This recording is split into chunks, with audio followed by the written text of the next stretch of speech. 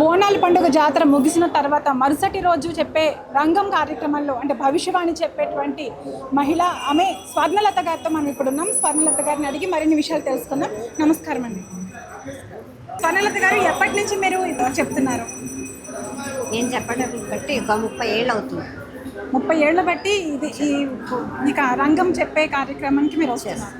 అమ్మవారి మహిమ గురించి, అలాగే మీరు అమ్మవారికి సేవ చేయడానికి గల కారణం మాకు చెప్తారు. సేవ చేయగల కారణం ఏంటంటే మా తరాల నుంచి వస్తుంది కాబట్టి మేము తప్పదు, మేము చేయాల్సిందే. అమ్మవారి మమ్మల్ని ఎంచుకున్నది కాబట్టి మేము తప్పకుండా చేయాల్సిందే. మేము తరతరాలుగా మీరు తరతరాల నుంచి చేస్తున్నాం.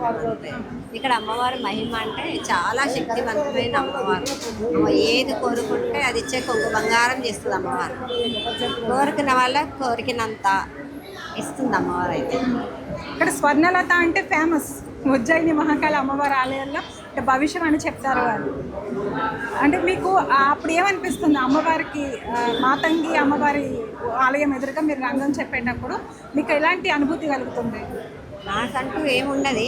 ఇక్కడైతే పైనుంచి అయితే ముఖానికంతా పసుపు రుద్దుకొని కింద దాకా వస్తాను. నేను కొత్త బట్టలు వేసుకొని కింద దాకా వస్తాను. కుండ మీద నిలిచినాక ఇంకేం జరుగుతుందో నాకే తెలియదు. లేదు మీకు ఎట్లా అమ్మవారేగా, అంత అమ్మవారి మహిమ, అంత అమ్మవారేగా. అప్పుడు ఏం జరుగుతుంది కూడా తెలియదు, ఏం మాట్లాడుతున్నది కూడా తెలియదు. ఓకే, ఇప్పుడు మీ తర్వాత మీ పిల్లలు కూడా ఈ అమ్మవారి సేవ చేసుకుంటారు? అవును, మా తరం నుంచి వస్తుంది కాబట్టి తరతరాల నుంచి ఇదే కొనసాగుతుంది.